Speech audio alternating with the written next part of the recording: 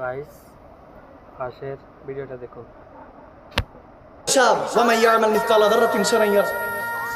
ঠিক না? যার যার হিসাব শেষে দিবে রব্বে করিমের কাছে। আমার দরকার নেই, যার যার মাথা তার ব্যথা। আওয়াজ দেয় না?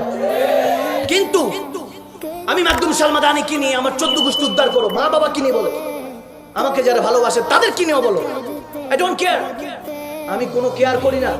কিন্তু আমার আল্লাহ রাসূল, আওলাদে রাসূল, সাহাবায়ে রাসূল, ওলি আল্লাহদেরকে নিয়ে কোনো কটূক্তি করবা, আমি মাকদুম সালমাদানি তোমাদেরকে ছাড় দিব না। কারণ আমরা আল্লাহ সুন্নতে থাকি, আল্লাহ ছাড় দেন, ছেড়ে দেন না। গতকালকেই দেখছি একজন কওমি ঘরানার আলেম, নাউজুবিল্লাহ সুমা হাসান জামিল নাম, আমি তেনাকে উদাত্ত আহ্বান দিয়ে কথাগুলি বলবো। আপনি বলছেন আমি হাসান জামিলের 30-35 বছর ধরে রোজা ফরজ, আমি আবু বকর সিদ্দিক রাদিয়াল্লাহু তাআলা থেকে উপরে। নাউজুবিল্লাহ, এত আস্তে মুসলমান? আবু বকর সিদ্দিকের অনুসারীরা কি এখানে নাই? ঠিক করে বলেন নাউজুবিল্লাহ পড়ুন। আস্তাগফিরুল্লাহ। বলতেছে উনি এর কয় বছর পেয়েছেন? 10 বছর পেয়েছেন নামাজ, 10 বছর হয়তো বা রোজা পেয়েছেন। আমার উপরে 35 বছর ধরে রোজা ফরজ, নামাজ ফরজ আমি পড়ছি। হজের কথা বলছেন, উমরার কথা বলছেন যে অগণিত। আমি আপনার কাছে রিকোয়েস্ট করে বলবো, সোশ্যাল মিডিয়াতে যাবে তো আমি রিকোয়েস্ট করে বলছি, আমি আপনাকে ক্রিটিসাইজ করবো, আপনাকে আমি ক্রিটিসাইজ করবো, আপনার ফলোয়াররা আমার ধুয়ে মুছে সাফ করে দিবে, আমি জানি। তবে ওটা তোয়াক্কা করছি না। আমি তাদেরকেও বলবো একটু ভালো মতো একটু চিন্তা করুন। আমল নিয়ে কে অহংকার করে? আর অহংকার করছেন তো করছেন, অহংকার হলো শয়তানের পোশাক, ঠিক না? আপনি অহংকার করছেন আর আপনি বলতেছেন আবু বকর সিদ্দিক রাদিয়াল্লাহু তাআলা। আপনার মুখ দিয়ে বের হচ্ছে যে যার উপর আল্লাহ রাজি তিনি আবু বকর সিদ্দিক। আবার বলতেছেন আবু বকর সিদ্দিক 10 বছর ইবাদত করছে, কতটুকু আর করছে? 5 ওয়াক্ত পড়ছে, আমি তো নফলও পড়ি, এটা পড়ি, সেটা পড়ি, সুম্মা আযাল্লাহ। হায় হায় হায়, কি বলছেন? কি শিখাচ্ছেন জনগণকে? কি শিখছে জাতি? আস্তাগফিরুল্লাহ। আপনি সিদ্দিক আকবরের কথা বলছেন? আরে আল্লাহ তাবারক ওয়া তাআলা জিনাদের উপরে আয়াতে কারিমা নাযিল করেছেন, লাকাদ রাদিয়াল্লাহু আনিল মুমিনিনা ইয ইউবায়িনুকা তাহতা আশ-শাজার। কোরআনে আছে, সূরা ফাতিহা, ফাতিহা খুলে দেখেন, 15 থেকে 16 আয়াতের মধ্যে হবে, 15 থেকে 10 থেকে 16 আয়াতের মধ্যে আয়াতটা হবে। আল্লাহ তাবারক ওয়া তাআলা বলতেছেন, ইয়া রাসূলুল্লাহ, যারা আপনার হাতে বায়াত নিল তাদের উপরে আমি আল্লাহ রাজি। এত আস্তে জোরে পড়ুন। সাহাবায়ে কেরামদের উপর আল্লাহ রাজি। আর আপনি বলছেন আপনার নামের সাথে তো রহমাতুল্লাহ আলাইহি লাগে না, এখন আল্লাহ আপনার উপর শান্তি বর্ষণ করুক, এটা আলাইহি রাহমাও লাগে নাই। আর আপনি রাদিয়াল্লাহু তাআলা, যাদের উপর আল্লাহ রাজি, তাদের সাথে নিজেকে তুলনা করছেন, সুম্মা মাআযাল্লাহ। আবার আপনি শিখাচ্ছেন খুব সুন্দরভাবে, ভদ্রভাবে শিখাচ্ছেন। বলেন না, বললে আমারে না বলবে, আপনারা বলেন কয় বছর? সিদ্দিক আকবর 10 বছর, আমি 35 বছর। মিষ্টি ভাষায় আমাদের ঈমানের উপর তলোয়ার চালানো হচ্ছে, মিষ্টি ভাষায়। আমি আগেও বলছি, এখনো বলছি, ওলামায়ে দেওবান্দ, ওলামায়ে কওমিয়া, প্রত্যেকের কাছে I would like request to all of you, প্রত্যেকের কাছে আমি রিকোয়েস্ট করে বলছি, আমাকে ভুল বুঝবেন, আমাকে ক্ষমা করবেন, আমাকে গালমন্দ করবেন, কোনো সমস্যা নেই। কিন্তু আস্তাগফিরুল্লাহ সুম্মা মাআযাল্লাহ, আপনারা এটার ব্যাপারে ব্যবস্থা নেন। আমি জানি ওলামায়ে দেওবান্দ, ওলামায়ে কওমি, ওলামা আহলে সুন্নাত, সুন্নিয়তের আলেমগণরা এক সময় মাহদী আলাইহিস সালাম আসলেই সবাই এক হয়ে যাবে ইনশাআল্লাহ, সবাই নবীর পতাকা নিচে চলে আসবে, ওই দিকেই সবাই হাঁটতেছে মাশাআল্লাহ। আমি দেখছি, আমরা তো দেখি, সচরাচর ঘুরি, আমাদের সাথে ওলামায়ে কেরাম, ওলামায়ে দেওবন্দ অনেকেই আসেন দেখা করতে, বলে যে শেখ আপনাকে ভালো লাগে, পছন্দ করি। এখন আমি তেনাদের কাছে রিকোয়েস্ট করছি, আপনারা এটা যাচাই করুন, তেনাকে বলুন, ওনার নাম সম্ভবত হাসান জামিল মাওলানা সাহেব, আপনার ঈমান চলে গিয়েছে, আপনি তওবা করুন। আওয়াজ দেন। আপনি কুফর করেছেন, আপনি সাহাবায়ে রাসূলদের উপর আঙ্গুল তুলেছেন, যে সাহাবা প্রথম খলিফা। কি বলে এটা? আস্তাগফিরুল্লাহ, নাউযুবিল্লাহ। কি বলছেন আপনি? সিদ্দিক আকবরের কথা বলছেন? আরে মা আয়েশা সিদ্দিকা, বুখারী শরীফ, মুসলিম শরীফ, মুত্তাফাক আলাইহি হাদিস দিচ্ছি, এবং শুধু সেখানে সিয়াসিতার কিতাব আসছে এই হাদিস, গভীর খেয়াল করুন।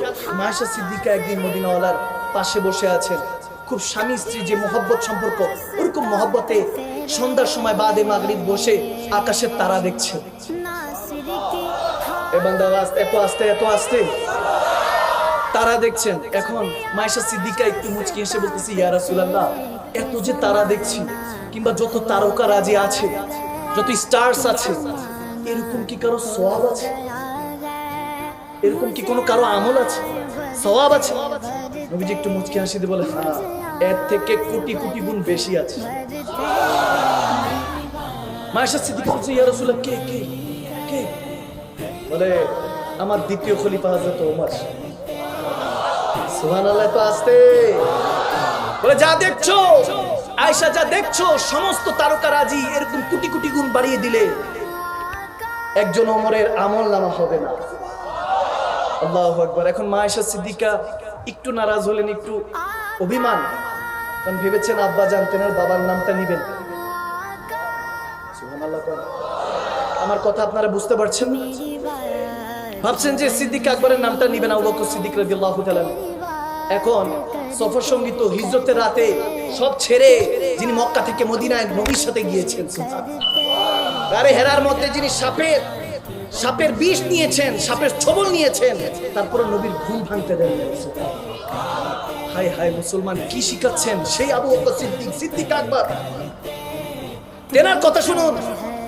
মায়েশা সিদ্দিকার দিকে রাসূল আরবি তাকিয়ে বলে, আয়েশা, তুমি আমার প্রথম খলিফার হিসাবটা জানতে চাও? মন খারাপ করেছো, বাবার কথা বলি নাই, তাহলে শুনো, এই যত কোটি তারকা দেখছো, এত কোটি ওমর করলে একজন আবু বকর হবে না। আল্লাহু আকবার বলেন, আল্লাহু আকবার বলেন।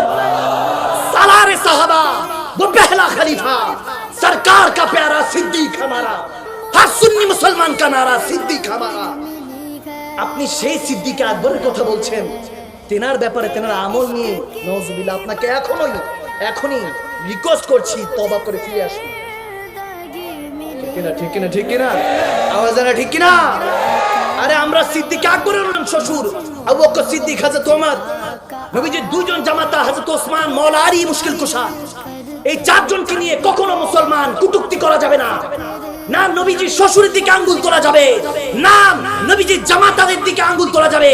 যে আঙ্গুল নবীর বংশধরদের দিকে তুলবে, সে আঙ্গুল ভাঙার জন্য এখনো হোসাইনি রক্ত জিন্দা আছে, এখনো হোসাইনি কাফেলা জিন্দা আছে।